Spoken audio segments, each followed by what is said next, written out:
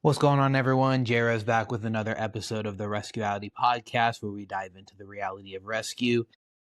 Today, talking about mistakes that a lot of new rescues and a lot of people getting into rescuing make. And with over a decade of rescuing under my belt, I have made every single one of these mistakes. I think most rescuers have made these mistakes. A lot of the rescues I know and are friends with have all made these mistakes, and it is a part of the rescue world. So I kind of wanted to go over a couple of the biggest ones, the most impactful ones, and that's starting with, and I did a video on this a couple days ago. You can't save every animal. That's probably the biggest rule in rescue itself. You can't save every animal, whether it's animals in shelters, in sanctuaries, on the street, dropped off at your front door, thrown over your wall. You can't save every single one. There are too many rescues out there.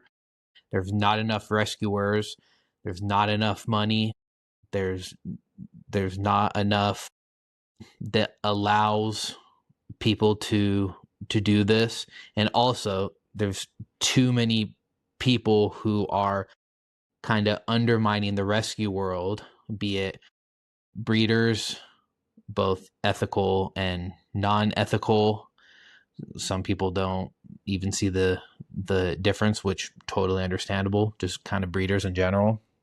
And then people who just get dogs, they don't sterilize them, and then it's just litter after puppy, litter after litter after litter, and they don't care. So kind of speaking of that, you have to set boundaries in the rescue world. You have to be able to say no, which is tough. It's a very emotional field. So when someone says, "Hey, can you take this dog? Can you take this litter of kittens?" You have to be able to say, "I can't. There's no way. I don't have the funds for it. I don't have the space for it." For example, me, I'm already at 70 plus dogs. I don't have space for any more. That's the reality of it. And it sucks to hear. And some people are like, "You're a rescue. Why? What do you mean you aren't going to take in more rescues?" And it comes down to the finances. It comes down to the space. It comes down to the manpower. It comes down to time.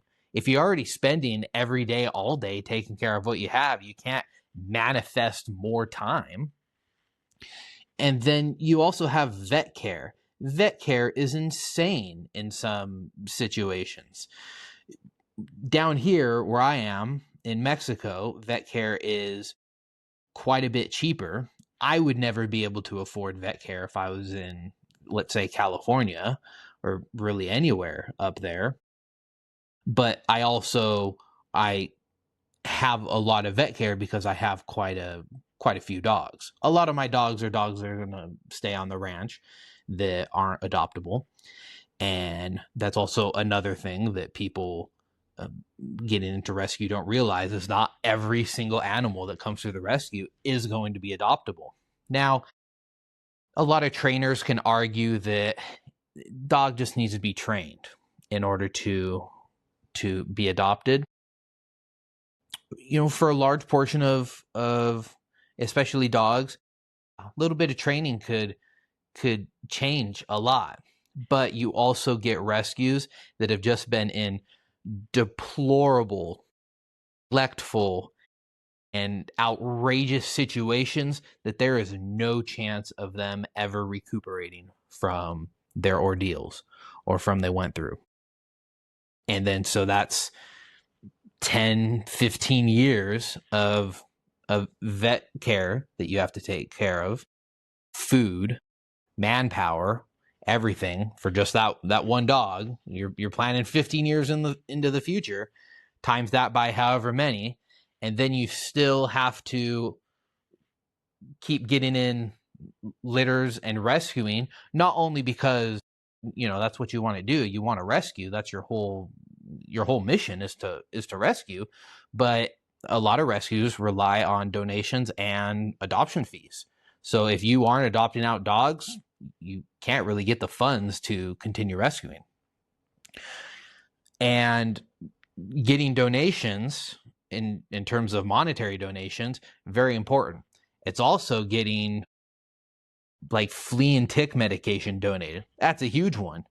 The biggest one being food, also cat litter and cat food. You go through so much food, and especially if you have a big cat rescue, you can go through so much cat litter that if you were having to buy it every week, it could be hundreds and hundreds and hundreds of dollars if you had to purchase it. I broke down if the times where I had to buy dog food because I couldn't get any donations for a variety of reasons. It was about $500 to maybe $700 a week in dog food. Now, you can get the cheap stuff, you can get the very low quality stuff, and yes, it'll be cheaper, but I care more about my animals, so I want to make sure they're getting the healthy stuff. So roughly about $500 a week to just feed my rescue. A lot of people don't think about that. Another big thing is there are a lot of people in this field, in the rescue world, who only think about themselves and they do not care who they hurt. And unfortunately, they will throw people under the bus. They will outright use people. They will promise a bunch of things and not fulfill those promises. So you have to be careful who you trust. You have to be careful that you are making good relationships and that you aren't bringing people in your circle who could possibly damage it. And then when you're adopting out, you have to make sure that you're adopting out to the correct people, that you are making sure that your rescues are going to the best homes that they possibly can. There's a saying, when you're adopting out, you want to find the right animal for them. And I'm like, yeah, that's true. What I believe, my important saying is, I want to find the right human, the right person for my animal. That's what I want to do. Because you're kind of already squared away. If you're looking at adopting a dog, for the most part, you're probably squared away. Whereas my puppies that are going to be up for adoption in a couple months that were thrown over my wall, who were probably neglected beyond belief, have a traumatic past. So they deserve the next 10, 15 years of their life to go to the best home that they possibly can. And it's also very difficult in this rescue world if you are trying to do everything yourself. If you're trying to do taking the dog to and from the vet, if you're trying to get all the donations, if you're cleaning up after all the dogs, if you're doing adoption events, if you are having to take care of all the dogs alone. So do you have a network of people who are prepared to help? And I don't mean who will, come over for an hour or something. I mean, do you have someone where if you called them at 2:00 in the morning, hey, I have an emergency, I need help. Are they asking questions like, oh, what is it? I don't know. Are they already in the car being like, I'm on the way?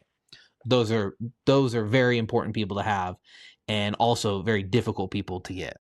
And then I think lastly, and what I would say almost, if not all rescuers have gone through, is rescue fatigue, getting burnt out, forgetting to take care of yourself.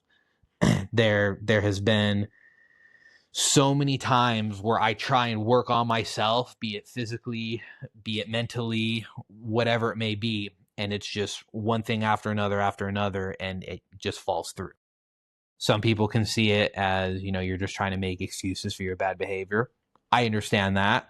But then I'm like, hey, come into my world, come see what I do and see if you want to do that. I've tried to eat healthy so many times, and I've done that multiple times. But then something happens to where it just falls through. And it's like, I go through a whole day. I'm exhausted. I'm sunburnt being outside. I just want to take a shower and crawl into bed. The last thing I want to do is be like, okay, here's my 8 ounces of chicken breast and my 6 ounces of steamed broccoli. No, I want a fat burger and some fries and get full and crawl in the bed. And a lot of people forget to try and take care of themselves, and they have to try, and that's difficult. So maybe you should rethink getting into rescue. Not necessarily don't get into rescue, but rethink what rescue is actually like. Maybe volunteer for a rescue and see what the rescue world is like before you jump into it.